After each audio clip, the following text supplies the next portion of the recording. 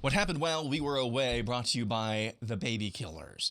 Radical pro-baby killing proponents have spent the last 48 hours in a demonic seethe. We'll start with Senator Elizabeth Warren, who had a powwow with radical abortionists in front of the Supreme Court. Angling for decades now, and we are going to fight back. California Governor Gavin Newsom tweets, if men could get pregnant,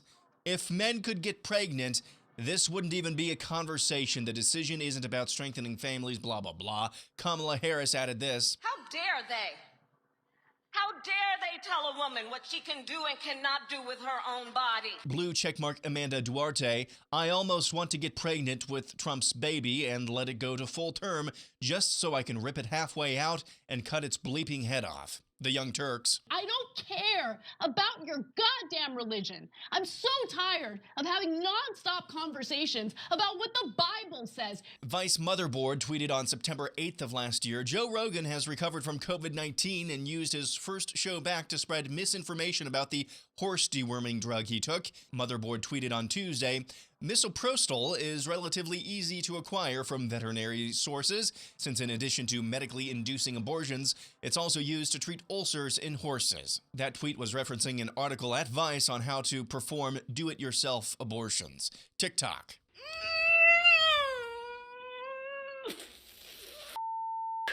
We're going back into a Handmaid's Tale society. We're now back in the dark ages. I don't understand why this country hates women so much. Pro-baby killing rioters smashed windows on a police car during demonstrations in LA.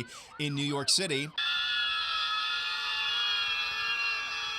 here's Joe Biden. Go back and look at the opening comments of Bork Biden when I was questioning him as chairman. I said, I believe I have the rights that I have, not because the government gave them to me, which you believe, but because I'm just a child of God. I exist. What happens if you have a state changes the law saying that children who are LGBTQ can't be in classrooms with other children? Is that legit under the way the decision is written? What are the next things that are going to be attacked? Because this MAGA crowd is really the most extreme political organization that's existed in American history. Speaking of Biden, here he is during a ceremony for Paralympic athletes. Here we go. Don't jump. Maryland Governor Larry Hogan spoke recently about the dynamics shaping up within the Republican Party. We won't win back the White House by nominating Donald Trump or a cheap impersonation of him. I suppose you think you're the one to do it. Moving on, the newest batch of Pfizer documents regarding their COVID jabs' safety and efficacy, or lack thereof, has been dumped by the Informed Consent Action Network. Naomi Wolf joined Steve Bannon on his show to discuss some of the newest findings. Basically, this report written by a female physician analyzing the documents shows that pregnant women were excluded from the trials before they concluded it was safe and effective.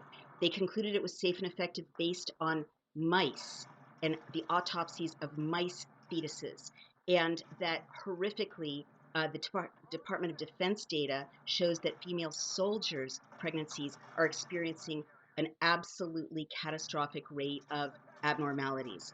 So that's cool. And finally this for some whiplash. At a recent Major League Baseball game between the New York Yankees and the Toronto Blue Jays, Yankees slugger Aaron Judge hit a home run that was caught by a Blue Jays fan. Check out what happens next. For those of you listening, the Blue Jays fan who caught the home run ball immediately turns to his right and hands the ball to an absolutely elated young Yankees fan who then gives him a hug. That's a cool moment, and that's what happened while we were away. Aaron's montage brought to you by our friends over at Moink. You know, U.S. pork production comes, the majority of it anyway, from one company that the Chinese